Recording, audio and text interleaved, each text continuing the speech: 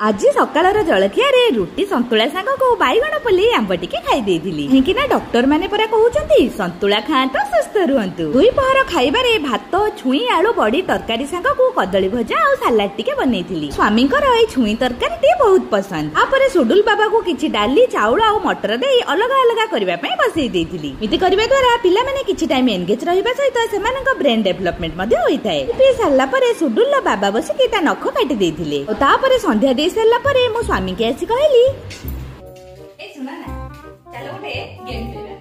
ठीक है हम लुचिबी तमे मते खोजिबो जदी तमे मते पाइ गलो ताले हम एटी शॉपिंग रे जीवा आखि बंद करके कोन 1 2 4 5 6 7 8 9 वाडे गलो काई देखा जाउ न तो वाडे गलो ओ हैला मु हारि गली तमे जित गेलो एबे बाहर को आसो कोठी लुचि थिला तमे मु कत्ते बेल खोजुती। No no no no